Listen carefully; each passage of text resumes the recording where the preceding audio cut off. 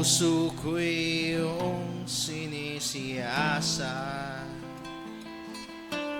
buong buhay ko'y iyong alam. Ang lahat kong lihim mo, Yahweh, ay iyak mong nalalaman. Ang lahat ng aking ginagawa sa'yo ay hindi lingid. Ang lahat kong lihim mo, Yahweh, ay tiyak mo nababatid. Salamat, Panginoon, kilala mo ako. Ang lahat ng bagay ay di lingid sa'yo. Salamat, Panginoon, tinutuwid mo ako. Ikaw lang ang may alam ang aking patutunguhan. Salamat sa'yo, Panginoon.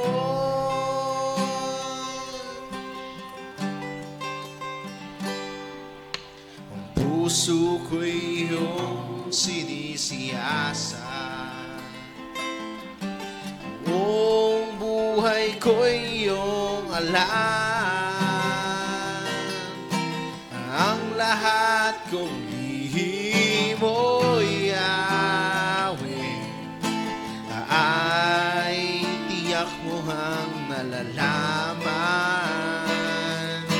Ang lahat ng aking ginagawa sa'yo ay hindi lingid. Ang lahat kong lihim mo, Yahweh, ay tiyak mo nababatid. Salamat, Panginoon, kilala mo ako. Ang lahat ng bagay ay di lingid sa'yo. Salamat, Panginoon, tinutuwid mo ako.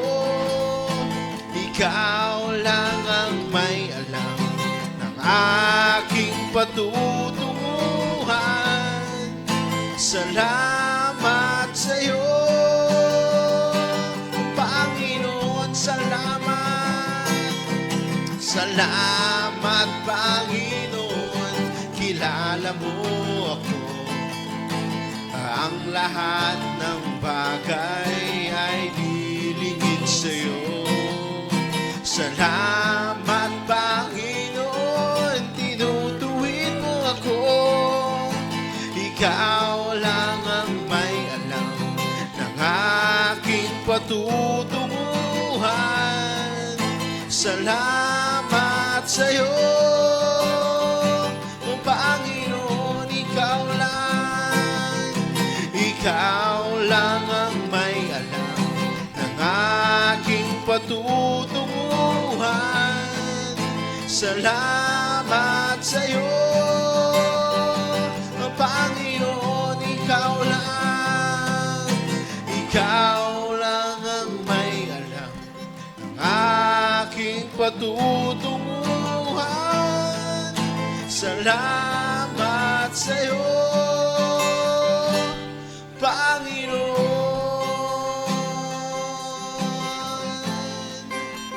Salamat, Panginoon. Napakabuti mo.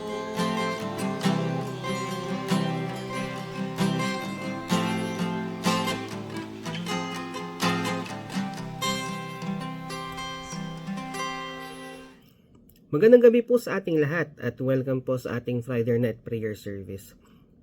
Ngayong gabi, habang ipinapalabas po ito, ay kasalukuyang nakikibahagi ang ilan sa atin, kabilang na po yung ating butihing pastor na si Pastor Dan, sa pagdiriwang ng pag-iisang dibdib nila Yvette at ni Mervin. Congratulations po sa bagong kasal at kasama po ninyo kami sa panalangin para sa isang matagumpay at punong-puno ng pagmamahalan na pag-asama. Ngayon pong gabi ay naka-align pa rin yung ating paksa sa tema natin sa buwang ito patungkol sa expanding into new things. In fact, kung babalikan natin yung tinuro ng linggo patungkol sa the beginning of a new self, isa sa mga nabanggit ni Pastor ay ang patungkol sa time and season. Chronos at Kairos. Yung Chronos, it means what we think of time, linear, moving forward, and yun yung root word ng chronology. Meanwhile, yung Kairos, it's about things come together at an opportune moment when things happen at just the right time, sa tamang panahon. Sa mga putas, alam natin na may kapanahonan yan. Halimbawa, yung mangga. Kapag yan ay pinitas mo ng hindi pa niya oras o panahon, posibleng ang bunga po nito ay sobrang pait o sobrang asim. Sa mga minsan na hook o naging fan ng Aldab, naging tanyag ang mga katagang sa takdang panahon.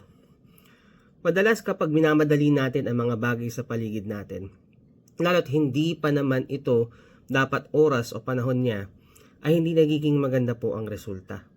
Ano pa man ang mga pinagdadaanan natin, ano man ang season sa buhay mo, naging maganda man o hindi, ikaw ay nariyan ngayon kapatid, tandaan natin palagi na our God is the God of time and seasons.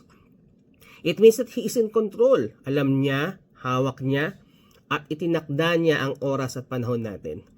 Maring hindi yan yung inaasahan mong mga pagdadaanan, sana lalo't naglilingkod ka naman sa Diyos. Bakit ganon, di ba? Pero dun talaga masusubok yung pananampalataya natin sa Kanya. Basahin po natin yung teksto natin sa gabing ito sa Ecclesiastes 3 verses 1 to 8.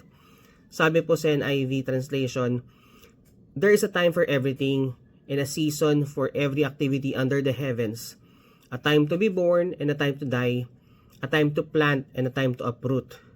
A time to kill and a time to heal. A time to tear down and a time to build. A time to weep and a time to laugh. A time to mourn and a time to dance. A time to scatter stones and a time to gather them. A time to embrace and a time to refrain from embracing. A time to search and a time to give up. A time to keep and a time to throw away. A time to tear and a time to mend. A time to be silent and a time to speak. A time to love and a time to hate. A time for peace and a time for war. A time for war and a time for peace." Sa Tagalog naman, ASND version, ang lahat sa mundong ito ay may kanya-kanyang panahon, may kanya-kanyang oras. Ang panahon ng pagsilang at panahon at pagkamatay. Ang panahon ng pagtatanim at panahon ng pagbunot ng tanim. Ang panahon ng pagpatay at panahon ng pagpapagaling. Ang panahon ng paggiba at panahon ng pagtatayo. Ang panahon ng pagluha at panahon ng pagtawa. Panahon ng pagluluksa at panahon ng pagdiriwang. Ang panahon ng pagkakalat ng mga bato at panahon ng pagtitipon ng mga ito. Ang panahon ng pagyayakap, panahon ng paglalayo. Ang panahon ng paghahanap at panahon ng pagkawala ay yon. Ang panahon ng pag-iingat sa isang bagay at panahon ng pagkatapon. Ang panahon ng pagpupunit at panahon ng pagtahi. Ang panahon ng pagtahimik at panahon ng pagkasalita. Ang panahon ng pagmamahal at panahon ng pagkapuot. Ang panahon ng digmaan at panahon ng kapayapaan. Purihin po ang Diyos sa pagkakabasa ng Kanyang salita. Sa binasa natin, as we understand and believe that our God is the God of time and seasons, we have to first rely on God at all points. Asahan natin ang Diyos. Pangalawa, run to God during the pain o puntahan natin ang Diyos. Pangatlo, remember God during prosperity or tandaan natin ang Diyos. At pang-apat, rest in God to find peace o manahan tayo sa Diyos. Sa una po, we have to rely on God at all points or at all times. Bilang siya po ang Diyos ng oras at panahon, dapat natin siyang asahan sa anumang punto ng ating buhay. Ang sabi nga sa binasa natin, ang lahat sa mundong ito ay may kanya-kanyang panahon, may kanya-kanyang oras. Hindi binanggit na iilan o pili lang, pero lahat sa mundong ito ay may kanya-kanyang oras at panahon. Kabilang narito yung mga magaganda at pangit na panahon sa ating mga buhay. Maaring may iba sa inyo ang dumaranas o dumana sa panahong ito ng pagdurusa at paghihirap. At may ilan na bumigay at sumuko, maaring napagod o bumitaw na talaga sa buhay nila. But no matter where you are right now, whatever you are going through, rely on Him. Rely on God. Patuloy mong asahan ng Diyos sa lahat ng bagay. At ang iba ay nasa punto ng tuktok na ng kanilang buhay. Still, rely on God. Kapatid, kahit anong nasa ang punto ka ng iyong buhay ngayon, may it be your lowest or highest, rely on God. Umasa tayo sa Diyos at all times, at all point. Kasi ang katotohanan ay hindi natin kayang baguhin ang seasons ng ating buhay. Hindi ka basta-basta pwedeng mag-skip na to your next season. Hindi ka na pwedeng bumalik dun sa nakaraan mong seasons. Hindi na pa pwedeng rewind. You are where you are. It is what it is. And you can find God's purpose and bring glory in the season of your life that you're in right now. Sabi nga sa verses 1 and 2, there's time for everything and a season for every activity under the heavens, a time to be born and a time to die, a time to plant and a time to uproot. Kapatid, enjoy your season. Huwag nating madaliin. Sa mga estudyante, enjoy your season. Focus ka sa pag-aral dahil kapag ikaw ay nagkamali at minadali mo yan, and you're forcing to skip your own season of youth to a season of early responsibilities. Sa mga single, enjoy your season dahil posibleng hindi ka papalahanda o di kaya minalaan ng Diyos sa iyo. Kaya kailangan mo lang talaga maghintay. All the more na you need to rely on God sa mga ganong sitwasyon. Sa mga nagkatrabaho o naghahanap o nagdenegosyo, posibleng ikaw ay nakakaranas ng ups and downs sa iyong career o negosyo, rely on God.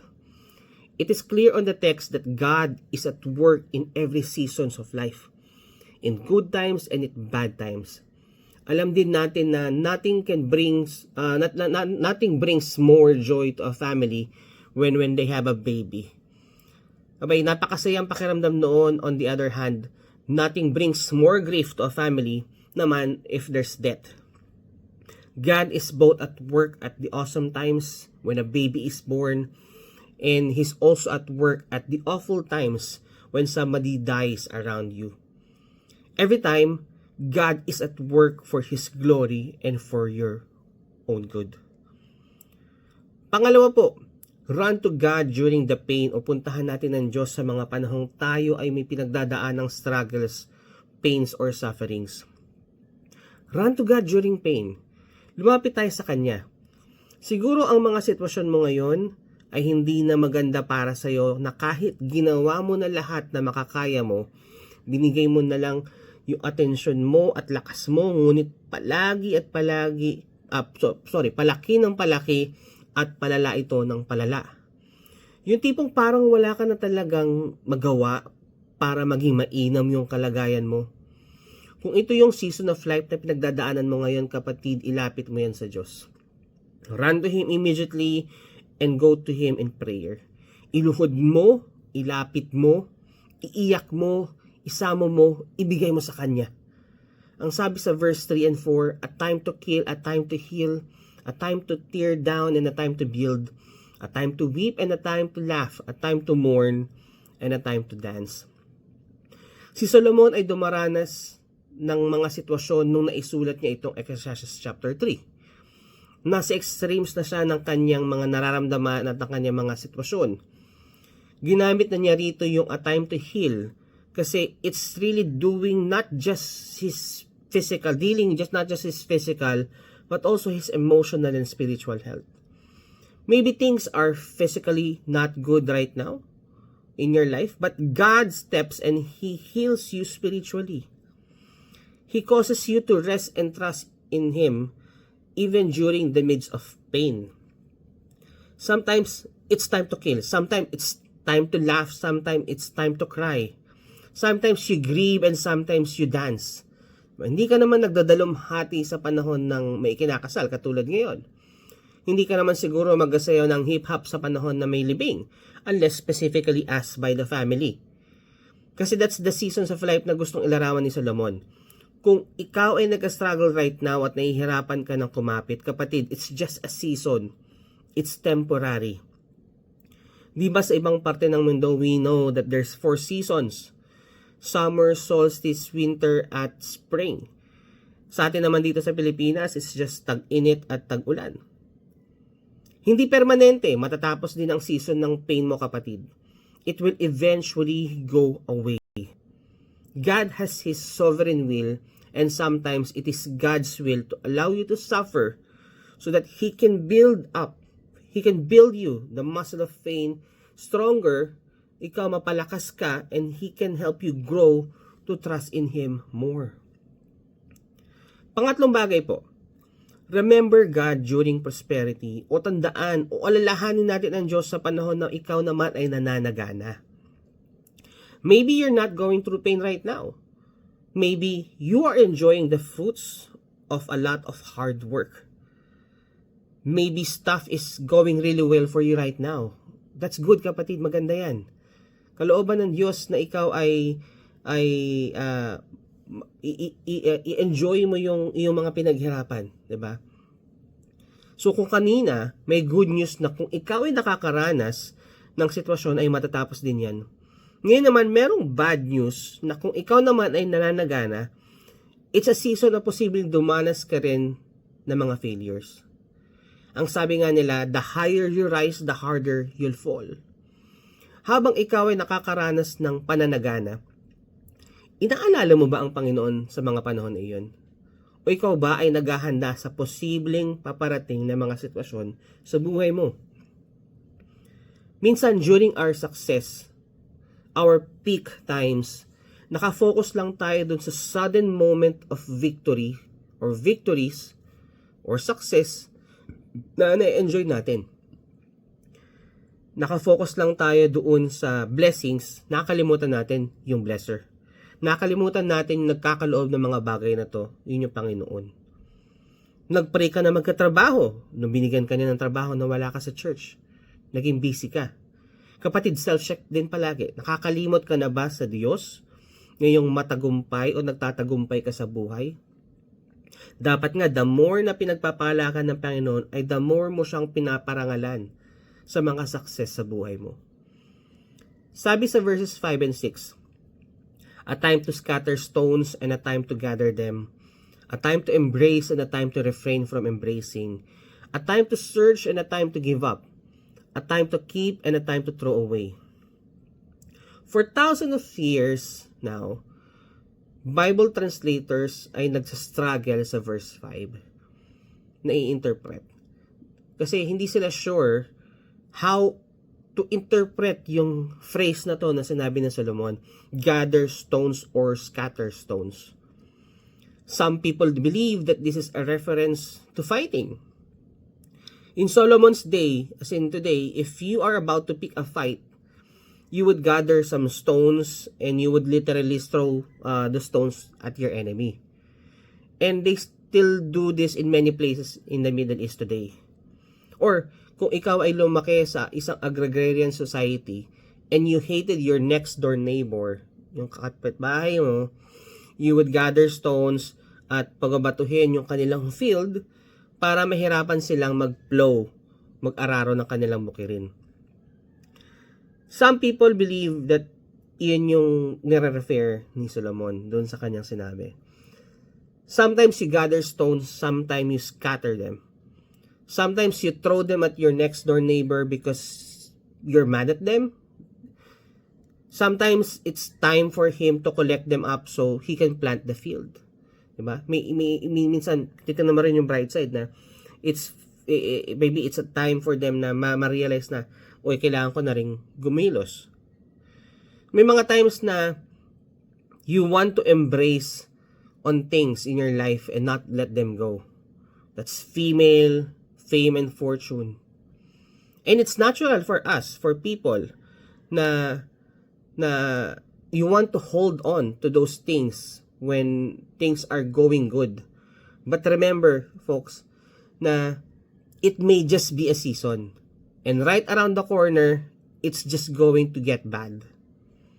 The question is, yung pananampalataya mo ba, is it strong to deal with what when life gets bad and when everything starts to turn south? Ready na ba ang iyong sarili na kapag dumaan ng mga sitwasyon na yon, ngayong lalo't nandoon ka sa peak of your success, peak of your victories, ay biglang dumating yung sitwasyon, ikaw ba ay handa? Kaya always remember God during the good times. During the prosperity. Prosperity is not just in terms of material things na nanagana ka sa mga suporta na sumasagana ka sa iba't ibang mga bagay, 'di ba? Maraming basihan, hindi lang patungkol sa perang basihan ng prosperity. Pero if you are at that point, if you are in your good times, always remember God. Run to Him when it gets hard, but don't forget Him when it starts going good for you. Alalahanin natin siya and give Him the credit doon sa mga magagandang bagay sa buhay mo. Na hindi iyon nangyari dahil sa sarili mong lakas, pero dahil iyon ay ibinigay sa iyo ng Panginoon. Dahil naging tapat ka sa Kanya. At pang-apat po, rest in God to find peace o manahan ka sa Kanya. Kasi nasa Kanya yung kapahingahan at kapayapaan ng ating buhay. Sabi po dun sa verses 7 and 8, a time to tear and a time to mend. A time to be silent and a time to speak. A time to love and a time to hate. A time for war and a time for peace. Kapag tayo po ay namatayan o nawalan ng mahal sa buhay, tayo ay sobrang nasasaktan at minsan ay tahimik na lang during sa funeral, sa mga moments na naalala mong wala na siya. Though there are times na kailangan mong i-entertain yung mga bisita pagka nandyan, pero kapag tahimik na, pag wala na, doon ka talaga parang nabuhusan ng realidad na wala na pala yung taong mahalaga sa buhay mo. Hindi ka bawasan sa tao ang pag-iyak sa mga dinaranas niya sa buhay. May mga panahong kailangan na kailangan na maging tahimik para maging payapa ang iyong kaisipan, at panahon na magsalita din naman para hindi na iipon at bigla ka na lang sasabog. We are humans, we have human emotions. At sinabi sa verse 8 doon, there's a time to love and a time to hate. As human beings, natural sa atin ang magmahal at mapuot. In fact, bata pa lang, talagang nabibuild na yung ating emotions to love, especially yung parents, 'di ba? Yung mga magulang, yung nanay, yung tatay, or kung sino man yung nakapaligid doon sa bata. There's a time to love and there's a time to hate. And kung meron kang kapupuotan, kapatid, ito yung mga bagay na ayaw ng Panginoon, katulad ng kasalanan at kasamaan sa mundo. Nabanggit din sa verse 8 yung patungkol sa digmaan at kapayapaan. Sometimes if you want peace, you're going to have to fight for it. And if you're not willing to fight for it, our founding fathers believe you don't deserve it. Na hindi mo deserve yung kapayapaan kung hindi mo ipaglalaban ito. Sa kasaysayan ng Pilipinas, paano ba natin nakamtan yung kalayaan o kasarilan natin? Kasi nga, may mga nauna ng lumaban para sa atin. At yun yung ating mga bayani. Diba? Marami tayong kinikilalang mga bayani na pinagtanggol ang ating bayan mula sa mga mananakop. Kaya nga, tahimik ang buhay natin kasi may ibang sumigaw na para sa atin. Diba? At sa atin, sa buhay natin, diba, yung mga pinaglalaban na yun ay yung mga pinaglaban nila ay para sa henerasyon natin. Kaya nga naalala ko yung isang palabas na napanood ko yung sa John Wick. Sabi doon, si vis pacem para bellum. Ibig sabihin nun ay if you want peace, prepare for war. Pero hindi po palagi na dapat tayo ay lumaban. Sabi nga, choose your battles wisely. Hindi lahat ng battles ay worth it na ipaglaban. There are times na kailangan mong give way para sa kapayapaan mo, para sa walang maging gulo. Pero there are times na talagang kailangan mong ipaglaban kung ano yung nararapat para nga sa kapayapaan at para sa kaayusan. So, sa pagkatapos po, Solomon is saying that there's a time for everything. There's a time for the good stuff. There's a time for the bad stuff. Maging panalangin po natin ngayong gabi na matapos natin yung mga pinapagawa ng Diyos sa buhay natin, sa buhay mo kapatid. Mabuti at tapat ang Panginoon. Amen po ba? Dumaan ka man sa iba't ibang mga seasons ng buhay mo, mga ups and downs, mga trials, mga failures, mga pains and sufferings, even success in your life. Trust the process and God's plans for you. You are where you are right now. And as long as you follow Him, you'll seek your purpose. Mahanap mo yung dahilan, yung purpose mo, kung bakit ka na mabuhay, kung bakit ka nariyan sa sitwasyon mo. And for you to prove that He is the God that is in control and He is the God of your time and your seasons. Amen po ba? So sa gabing ito, ipapasa ko po ang ating prayer kay Mami Evelyn. Magandang gabi po sa ating lahat. Dadako na po tayo sa ating panalangin sa gabing ito. Salamat sa kapahayagan ng salita ng Panginoon. Salamat Brother Jaser. Salamat, patuloy na ito yung mga prayer list natin sa gabing ito na ipanalangin po natin ating mga sarili na patuloy tayong malakas, matatag sa ating pananampalataya at pray po natin ang ating mga pamilya na talagang magkaroon ng salvation sa buong sambayan natin, restoration kung may mga hindi magandang pinagdadaanan at yung mga financial na pangangailangan ng pamilya. Pray po rin natin ang ating RCMI, yung main church, at yung satellite, yung mga outreach, ang ating mga pastor, sa pangunguna ng ating mga pastor na talagang empowered lagi sila ng Panginoon. At ganun din po sa Bulacan, yung goals and vision ng church, lalong-lalo na yung makapag-acquire tayo ng sarili nating lupa na pagtatayuan ng bahay-sambayan ng Panginoon. Pag-pray natin ang ating mahal na pastor, Pastor Dan at Pastora Jinky na siyang nangunguna sa atin. At pag-pray din po natin ang ating bansa na ano man yung kinakaharap na problema ngayon ay talagang mapagtagumpayan natin. At pag-pray din po natin ang bayang Israel.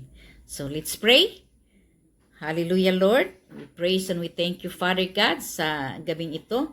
Kami nagpapasalamat sa iyong kabutihan at dumudulog din sa gabing ito, nagpapalinis, humihingi ng kapatawaran sa aming mga karumihan, sa aming mga kasalanan. Kung kami man ang nakagawa, Panginoon, sinadya man o hindi, humihiling kami na iyong napakalinisin mo nga kami sa gabing ito bago namin idulog ang aming mga panalangin. Salamat sa kapatawaran at sa gabing ito nga, Panginoon, this is a new season topic for all of us. Salamat sa refreshing word na binahagi ni Brother Jaser about Ecclesiastes, the different seasons of life, Panginoon, na lagi naming alalahanin na sa iyo lamang lagi aasa kung kami man ay dumadaan ng mga pagsubok sa buhay.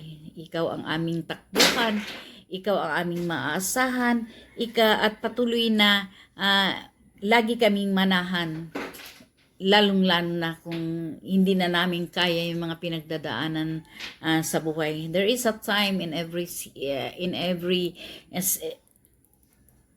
seasons in our life, so God, na talagang mapagtagumpayan namin lahat dahil alam namin sa presensya mo, mayroong kaping kapahingahan at sa pagtitiwala sa iyo, mayroong kang assurance sa buhay ng bawat isa sa amin na kaya namin mapagtagumpayan lagi dahil nagkasama ka namin.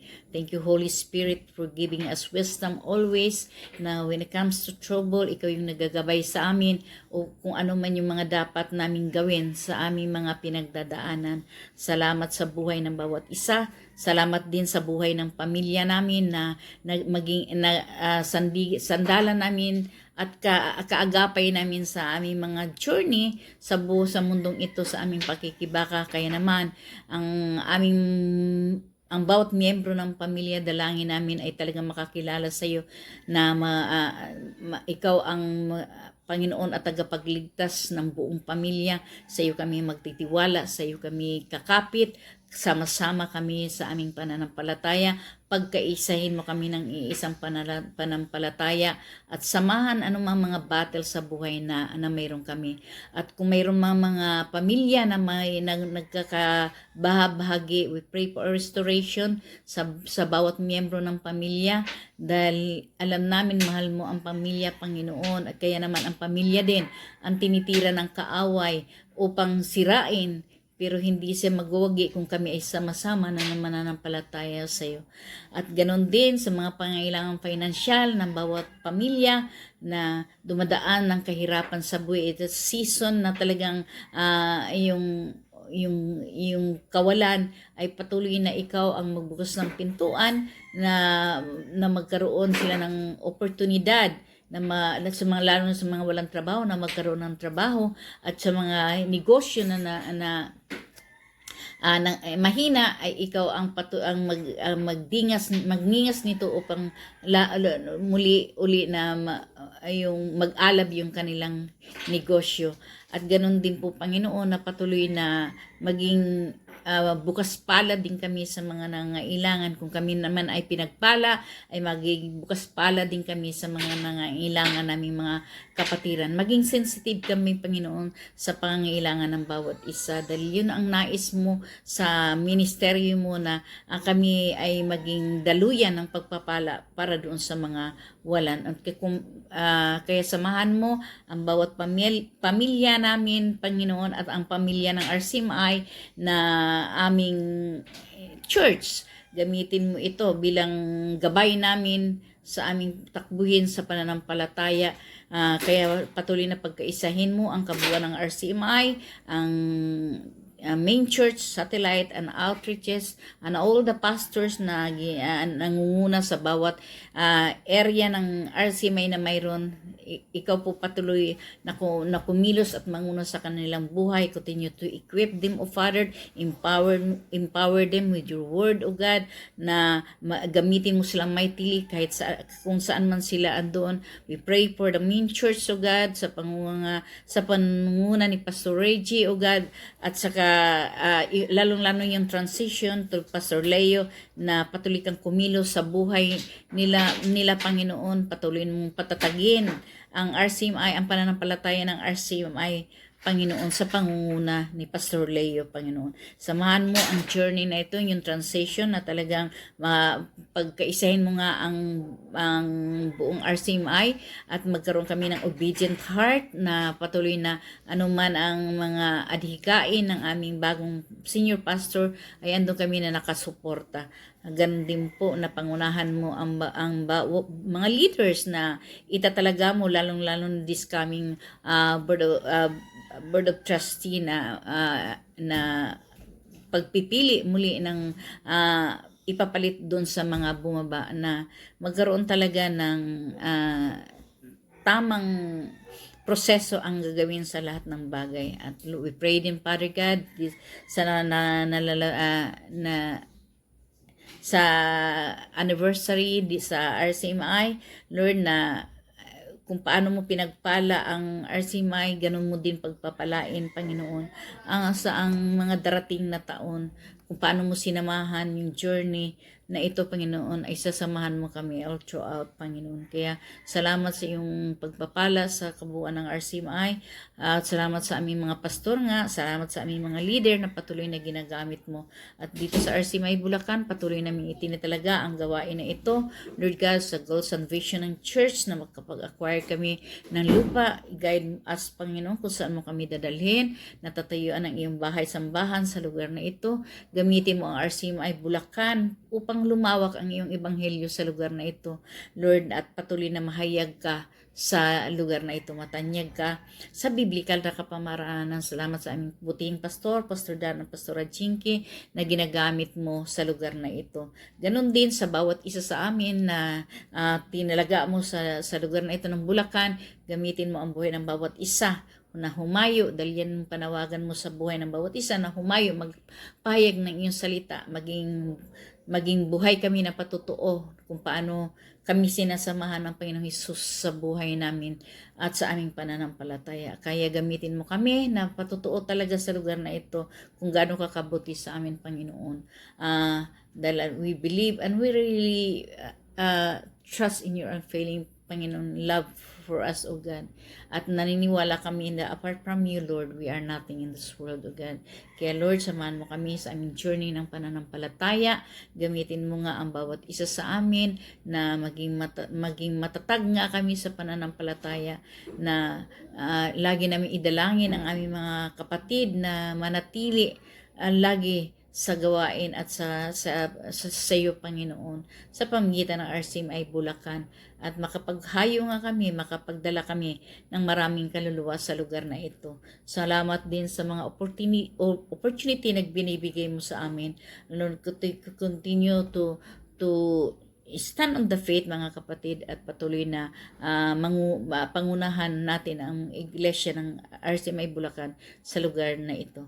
Salamat din, Panginoon, sa bansang Pilipinas na ginagamit sa aming mahal na bansa, na dahil ang itinataas namin pangalan ay ang Panginoong Hesus sa bansang ito. Dinadalangin namin ang aming presidente, si President Marcos, at saka si VP